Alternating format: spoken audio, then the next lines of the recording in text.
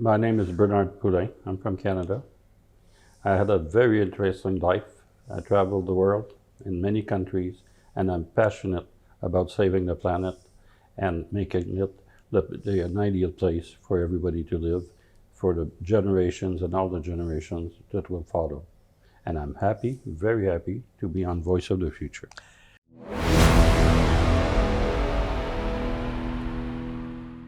We have Bernard with us. As he said, he's from Canada. He's a friend.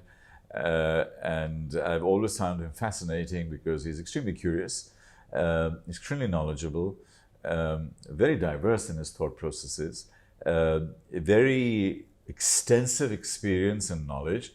So sometimes it's always difficult to get my arms around all his knowledge and his thought processes, which is quite amazing. And I love the fact that Bernard is always ready to learn, ready to listen, ready to think. And like you said, he's passionate about saving the world. So very privileged to have Bernard here with us on Voices of the Future to talk about his views, his insights, and his thinking about the future. Bernard, welcome. Welcome. Thank you. Yeah, Bernard, as I said, it's wonderful, and I've always seen you as somebody who's curious and excited, and you have this sort of this youthful mind which keeps asking questions. I find that absolutely fascinating. So, in typical Hollywood style, let me take you back. We'll do a little flashback, and I would like to talk about little Bernard, where you were a naughty child, where you experimenting with things, where you climbing trees and breaking things up, blowing your garage. What did you do when you were a kid? Oh, well, this is very nice that you asked that question. My father, I was raised with my mother and father, of course, like everybody, but my father was actually kind of my image for many reasons. He was the son of a family of 16 in those days in rural Quebec, and his mother, had remarried a guy that had 15 when his father passed away. So at 12 years old, my father went and worked in a lumber camp, and learned the trade of being a barber. And from that, he moved to a relatively small town that had a small university and a college, and he was cutting hair to people at 16 years old, and he decided that he would become a lawyer. So he went to see the people at that school, which was actually a boarding school, and said, if I cut the hair of the students, would you, and I put a little shop here, would you let me study here? And they did. And he did a bachelor's degree of arts, then a law and a master's in political science, and practiced law.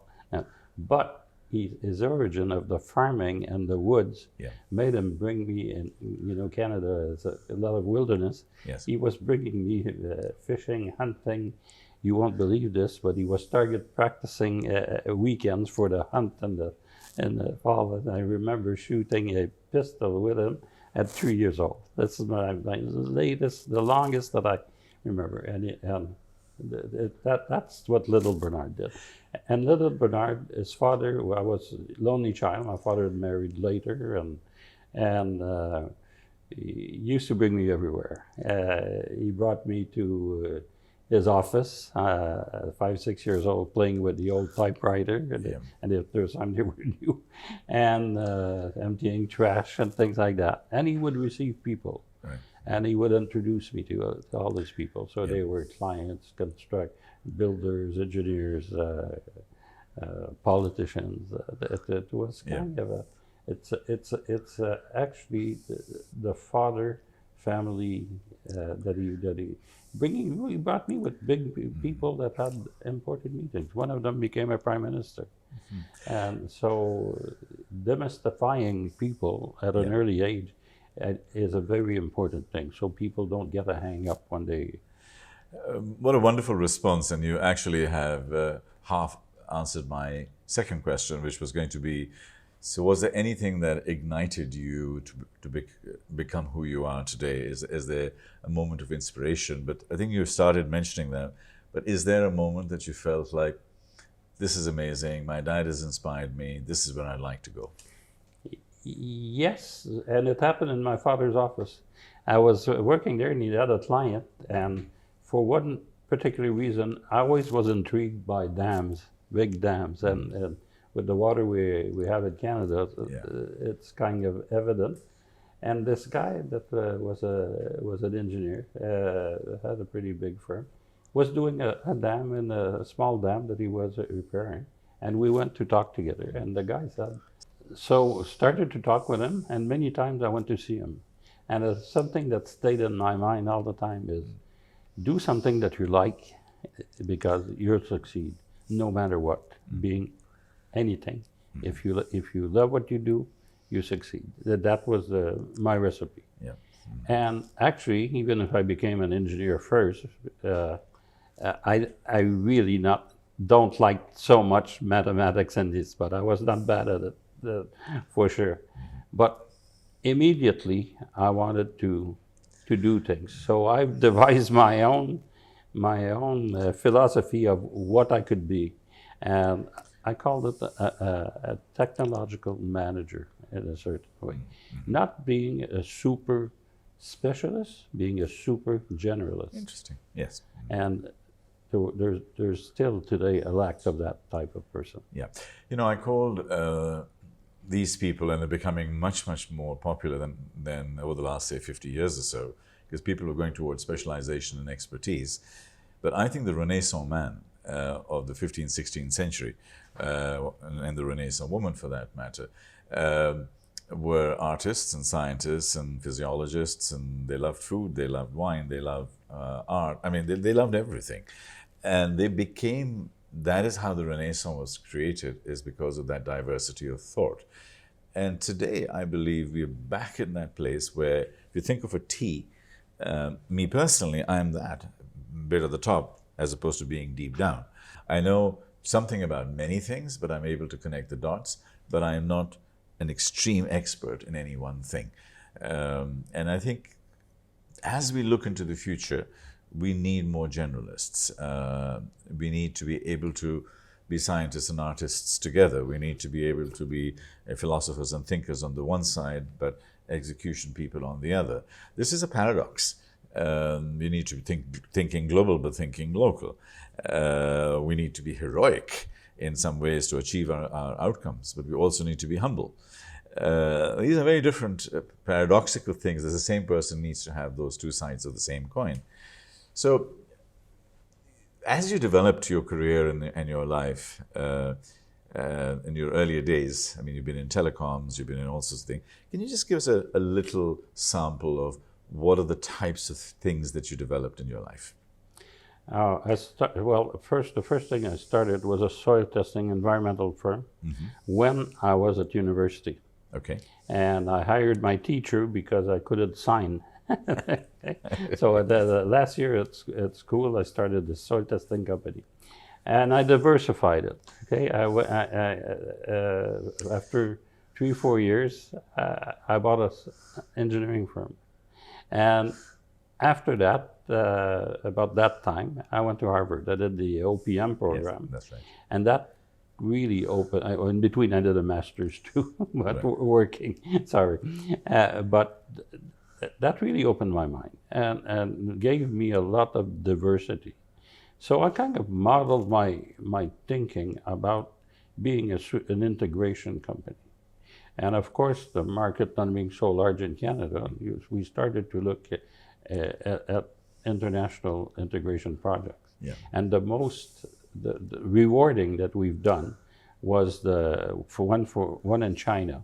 It was called Dam Safety Monitoring. And if you remember China in the 90s, you would see the news, and you see dams busting and big floods and this. So we were at the center core of creating this Chinese dam safety monitoring. And we instrumented 10 dams. We analyzed them, instrumented them, and this institute is still continuing today. And you don't hear anything about dams busting. Yeah. But that was serving, and we introduced technology at that time, be it the monitoring was controlled, but the data was sent by phone lines at the time. But it is a junction of science, of human need to protect us as a society, and all this for the good of mankind, I would say. And this is the most rewarding project we've done. Yeah, that's amazing. I mean, when I think of Canada, I can feel a lot of interest there because we've got natural resources, both obviously lumber and so on, but oil and nature. And on the other hand, you have the real estate side, which is very similar to this part of the world. But it's a nation that has been able to build its wealth. And I'm saying that very carefully. The United States is probably the richest country in the world, but it also has $35 trillion worth of debt. So it's the most debted nation in the world. So therefore, I could be very rich, but I have, $1 million on my credit card. How rich am I? You know what I mean? Yeah. But Canada actually did that. So I love the fact that you're doing things which are rooted, which are, real and connected to the earth. One thing I can say that is particularly impressed me in the beginning is that if you look at the U.S., there's big similarities with the two countries, but one difference is that there's a lot of silos. So there's a lot of companies, super specialists in this, super specialists in that, super specialists in that. But when you leave North America and you go to, at least a few years ago, to Africa, to this, you don't need the super specialist. You need the guy that's able to say, hey, there's a problem in water, there's a problem in this, there's a problem in this, how we link this together. Yeah. So Canada being 40 million people and not 300 people learn many trades at the same time. Indeed. And makes it easier to. Yeah.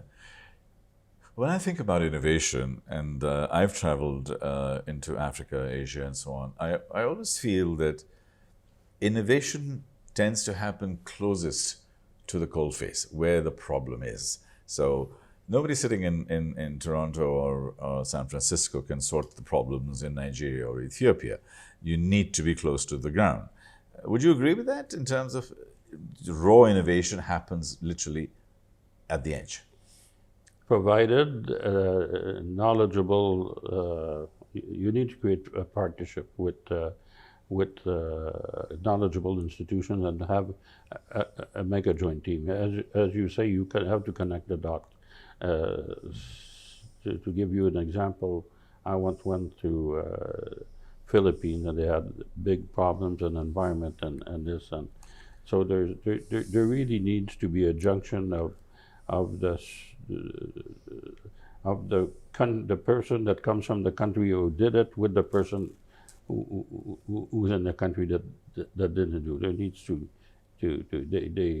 I don't think if you don't do this mixture of technology that they can get out of it easily. Fair. So what are you doing now? I know you're connected somehow to sustainability and the environment, but can you elaborate on that, please? What I'm doing now, I'm actually, we're bringing in the Gulf area technologies that save energy in terms of, we're in a region where 70% of energy is consumed by air conditioning and cooling systems. So we've got technologies that can reduce this consumption by about 25%. And we're doing demos, and right now we're pretty much 2-3 good projects are coming up. I think they're in an horizon of 3-4 months. I see. Now, let's talk about the future. This is Voices of the Future, so as we look into the future, my very basic question is, are you optimistic or are you scared that the world is getting very dystopian? I'm very optimistic. I think we're in a period where technology is, as you said in our previous conversation, an enabler and a facilitator. And we will have to work a little more on getting people to comprehend technology. Yeah. I have a concern, actually. Yes, technology is an enabler and accelerating exponentially. That's why I call my company Exponential. My concern is that our incentive structures in hypercapitalism as we find it, and a few winners and a lot of worker bees is basically the way the world is now getting restructured and literally reformed. There are $10 trillion companies. There are another 100 companies who have the lead in the world, and everybody else is just hoping and praying that they can keep pace, and they'll always be behind and always behind the curve. So yes, I think technology can win, and technology can help us to do amazing things, but we are not incentivized to do them. And therefore, our incentive system is completely wrong. So I'll give you an example. If you have $5 trillion worth of investments in oil exploration and oil excavation and oil platforms and so on, there's absolutely zero interest in eliminating that $5 million worth of investment and moving towards renewable structure. So there's no incentive, and you're making a ton of money. Why would you want to change? So therefore, oil companies have been crooked. Last 50 years, they knew that climate change or global warming and all the early research that was coming through in the 60s and the 70s, they just buried it. We knew about all of this 50 years ago, but we didn't do anything. So what kind of a planet are we leaving behind for our children? So where I'm going with this, Bernard, it's a philosophical question, is that we are handing over a burning planet to our kids, issue number one. And number two, unless the incentives are such that the world is aligned in terms of the world being in a better place and people making money, we're not going to find those good solutions. I'm not pessimistic on that, because the youth, first of all, I think the older people are still young, but the young are better educated, and they've bought this vision and this challenge of really saving the planet. And now there's enough technology out there that people can know that we can save the planet and live comfortably. Sure. I agree. COVID happened in our lifetime, and it was a shock to the system, shock to the world. It was one of the few global things that happened simultaneously.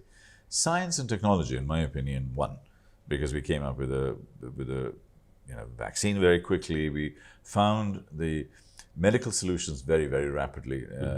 However, politics failed, distribution failed, institutions failed. Half the world didn't receive it, and they just had to deal with it. That's the southern half, the hotter half, the poorer half. And we created lots and lots and lots of billionaires in the process. So science and technology won, but us as society, we failed. Well, there's something missing in all this equation, and I would say it's kind of a framework of how we're going to work with technology at the planet level, because what failed, Western companies did the best vaccines, but some countries didn't want to apply. And there was a distribution fight, and there will have to be a certain framework of management or to supersede the distribution of technology in all aspects. Indeed. Most of the institutions of the world today, United Nations, World Health Organization, that failed, the UN relief agencies, World Bank, IMF, all of them were created in the Bretton Woods Convention post-World War II. So they said, never again, we don't want to be like this. So these institutions were created 80 years ago for a problem 80 years ago, post a war. They've tried to modify and so on, but they cannot cope and cannot understand the dynamics of today's world and today's technology. They're only on the periphery. They just can't get it. So for example, when you talk about, I've seen Mark Zuckerberg in the US Senate and some of the other technology companies being questioned by the senators. It is embarrassing how far behind our legislators are in terms of being able to understand what the hell he does. They don't get it. So institutions are not getting it. Our legislators are not getting it. So our frameworks are not ready to cope with whether it's climate change, education and learning, data, technology, privacy, cybersecurity. All of these shifts are. I'm not pessimistic. What I'm saying is I'm extremely alert, and I'm to all of these things. I'm saying somebody, not just the young people, and us are responsible to start this change, and we need to put a stake in the ground to have courage to do something different. I think we lack courage. Well, yes, what you're telling me, what you're discussing, something that I see, I deeply see in certain countries. What you're seeing right now is the political system is not necessarily doesn't necessarily have a balance of doesn't represent the balance of leadership of the society.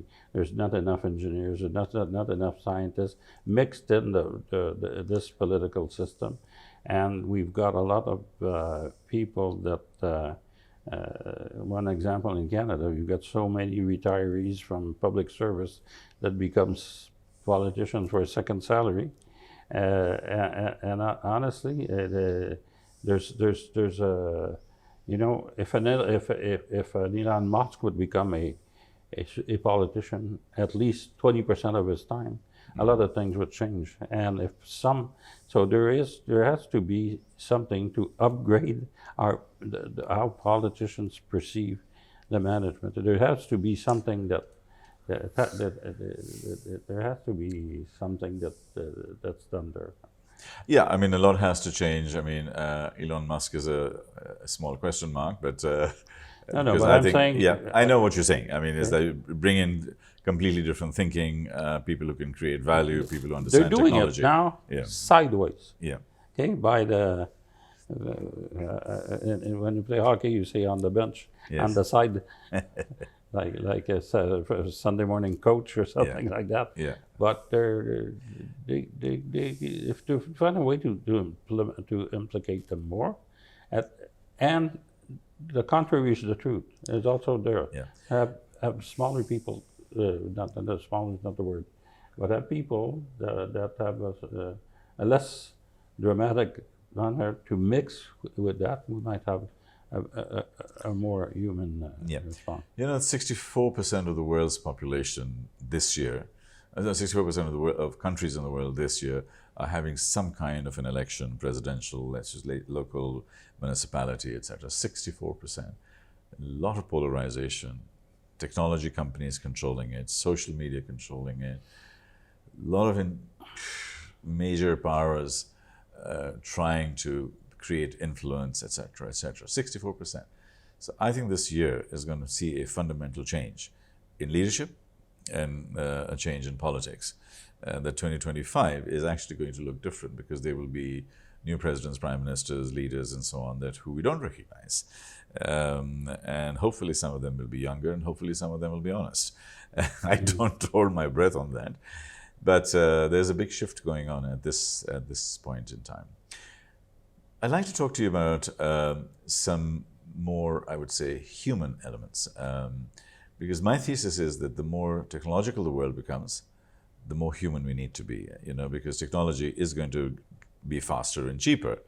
But we as human beings, we need to have more love and more compassion and more kindness, more generosity, more ethics, more trust, more values, more imagination, more creativity, because that is how humans differentiate themselves to technology.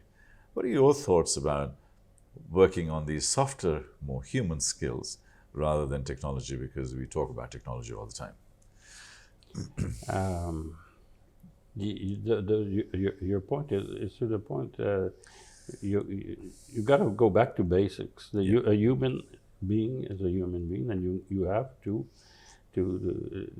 technology has to serve the human and not the human serving the technology. Yeah. And in order to do that to happen, you have to understand what are the needs of humanity, and I will come back to say educate more on how to use technology to be more human. Sure, but our education system, by and large, sucks.